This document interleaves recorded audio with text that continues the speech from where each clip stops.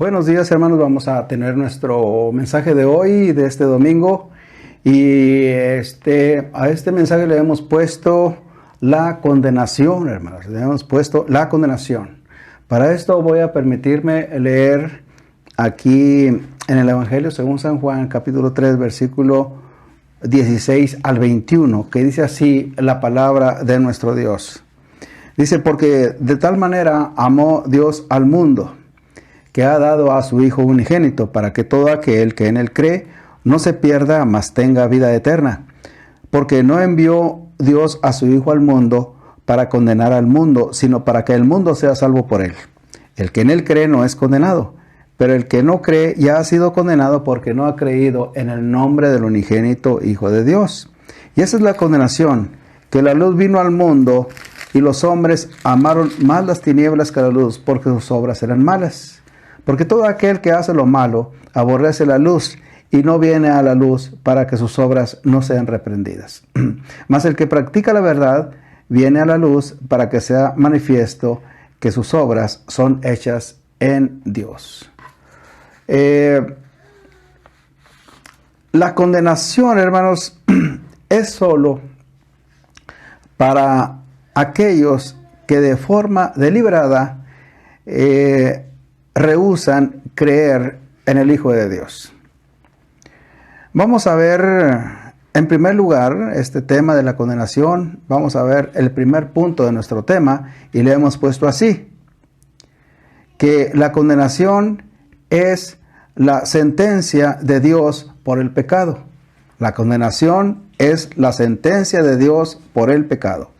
En Génesis 3:19 dice la Biblia: con el sudor de tu rostro comerás el pan, hasta que vuelvas a la tierra, porque de ella fuiste tomado, pues polvo eres y al polvo volverás. Eso es lo que dice el versículo 19 de Génesis 3. Polvo eres y al polvo volverás. Es decir, morir, hermanos. El hombre por el pecado se volvió mortal. Aunque no murió en el momento, ahora estamos hablando de Adán, aunque no murió en el momento mismo en el que comió del fruto prohibido por la misericordia de Dios. Solamente por la misericordia de Dios en ese momento no murió.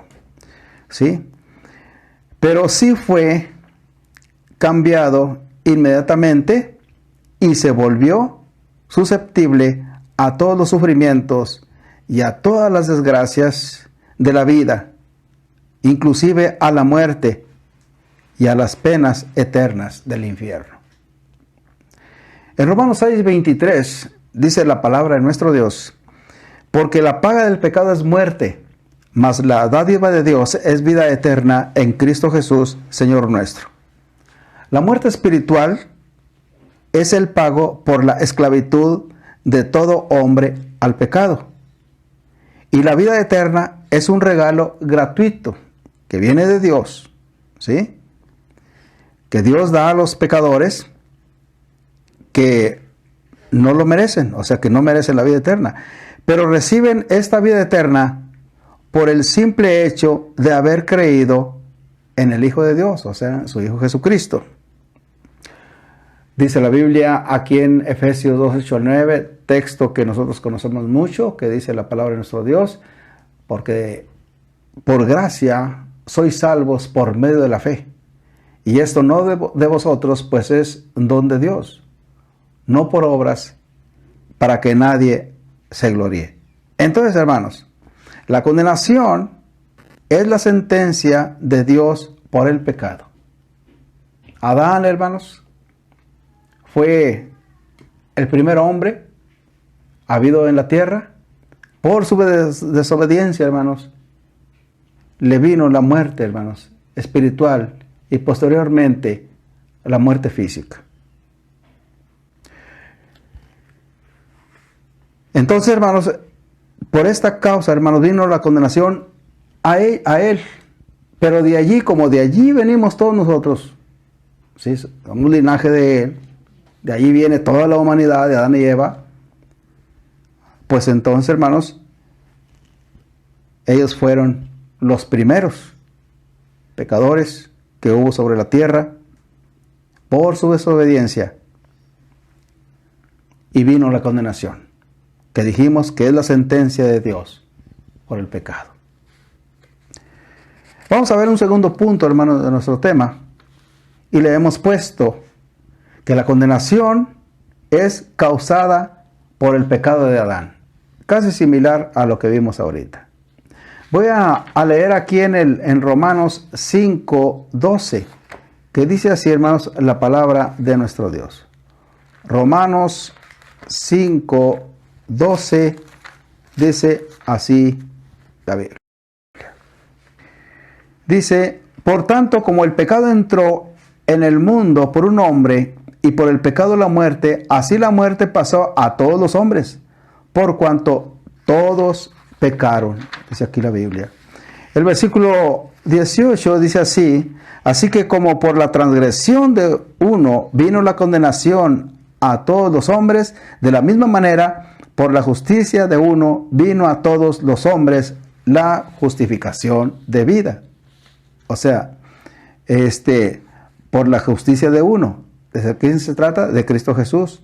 Es como vino a todos los hombres la justificación de vida. Correcto. Adán, hermanos, transmitió a todos sus descendientes la naturaleza pecaminosa que llegó a poseer a causa de su primer acto de desobediencia. Esa naturaleza está presente desde la concepción, pues dice en el Salmo 51, versículo 5, dice, en maldad he sido formado y en pecado me concibió mi madre, lo cual hizo imposible que el hombre viviera de tal modo que agradara a Dios. Satanás, el tentador, porque ahí se le llama, y padre de pecado también, trajo primero la tentación a Adán y a Eva. Y el versículo 12 dice, y por el pecado la muerte. Adán no fue sometido a una muerte inmediata por su pecado, pero a través de su pecado, la muerte se convirtió en una triste certidumbre para él. La muerte tiene tres manifestaciones. La primera es la muerte espiritual, que significa separación de Dios. Dice la Biblia en Efesios 2:1, y Él os dio vida a vosotros cuando estabais muertos en vuestros delitos y pecados, en los cuales anduvisteis en otro tiempo, siguiendo la corriente de este mundo, conforme al príncipe de la potestad del aire, el espíritu que ahora opera en los hijos de desobediencia. Esta es la muerte espiritual o separación de Dios. La segunda es la muerte física. La muerte física. Sabemos que es la muerte física. Cuando el alma se desprende del cuerpo, ¿verdad? Que uno lo tienen que sepultar en la tierra. Y dice la palabra de nuestro Dios aquí en Hebreos 9:27, dice, porque está establecido para los hombres que mueran una sola vez y después de esto el juicio. Está establecido. Es como un decreto de nuestro Dios, que todo hombre tiene que morir. ¿Sí? Este viene siendo la muerte física. Y tenemos también la muerte eterna o muerte segunda, que viene siendo el tormento eterno en el lago de fuego. Dice aquí en Apocalipsis 20, Apocalipsis 20, 14 al 15, dice así, y la muerte y el Hades fueron lanzados al lago de fuego. Esta es la muerte segunda. Y el que no se halló inscrito en el libro de la vida fue lanzado al lago de fuego. Correcto. Entonces, hermanos, vimos nosotros que la condenación es la sentencia de Dios por el pecado, y también la condenación es causada por el pecado de Adán. En tercer lugar, tenemos también que la Biblia pone bajo condenación a los incrédulos. La Biblia pone bajo condenación a los incrédulos. Dice Juan 3:18, el que en él cree no es condenado, pero el que no cree ya ha sido condenado porque no ha creído en el nombre del unigénito Hijo de Dios. Y en Juan 5:29 dice, los que hicieron lo bueno saldrán a resurrección de vida, y los que hicieron lo malo a resurrección de condenación. En este sentido, en este texto, ¿qué es lo bueno y qué es lo malo? Porque dice los que hicieron lo bueno y los que hicieron lo malo. Lo bueno aquí significa, ¿sí? Lo bueno consiste en creer en el Hijo para recibir una nueva naturaleza que a su vez produce buenas obras. Y lo malo es esto, mientras que lo malo es rechazar al Hijo y aborrecer la luz, que es el resultado de las obras malas por parte de los no salvos. Dice aquí, hermanos, en el Salmo 34:22, dice, Jehová redime el alma de sus siervos, y no serán condenados cuantos en él confían. No hay condenación, hermanos. ¿Sí? Al Señor Jesucristo le llevan en una ocasión a una mujer que había sido sorprendida en el acto mismo de adulterio. Los fariseos. Y le dicen al Señor, esta mujer ha sido sorprendida en el mismo acto de adulterio. Y la ley de Moisés demanda que muera a pedradas. ¿Y tú qué dices? Y el Señor les dice allí, el que de vosotros esté sin pecado, arrójele la primera piedra. Y nadie se atrevió a hacerlo porque todos estaban muy llenos de pecado, muy cargados de pecado. Y se fueron. Y el Señor le pregunta a la mujer adúltera, le dice, ¿ninguno te condenó? Y ella dice, ninguno, Señor. Y el Señor le dice, vete y no peques más. ¿Qué significa? Vete y deja de trabajar en eso que es pecado. Deja ese trabajo, deja ese pecado. ¿Sí? Eso es lo que significa, no peques más.